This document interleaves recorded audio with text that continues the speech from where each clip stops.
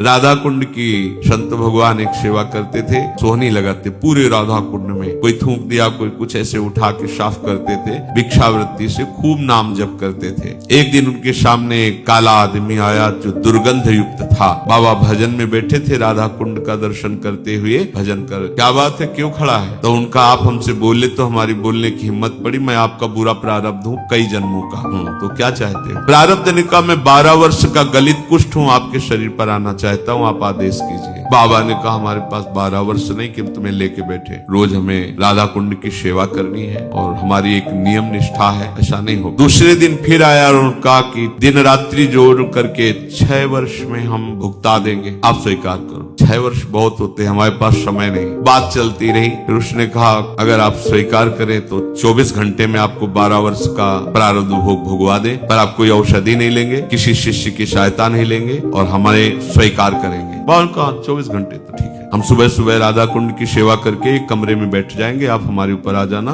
दूसरे सुबह फिर हम सेवा में आ जाएंगे, हमारी सेवा नहीं छूटेगी। चलो ठीक। अपने शिष्यों से कहा कि आज मैं कितना भी चीखू चिल्लाऊं, कोई हमारे कमरे में मत आना जब तक हम स्वयं खोलकर बाहर ना आवें। और जहां कहा हाँ मैं स्वीकार करता हूं, तत्काल पूरा नख से सिक तक पक गया शरीर, पीप बहने लगा, भीषण पीड़ा। बस वही नाम चिंतन में अपने मन को लगा। 12 वर्ष के गलित कुष्ठ प्रारब्ध को 24 घंटे में भोग कर साफ कर दिया। अगर वो नाक कह देते तो हिम्मत नहीं थी कि प्रारब्ध उनके शरीर में आ जाता। ये देखो नाम बल।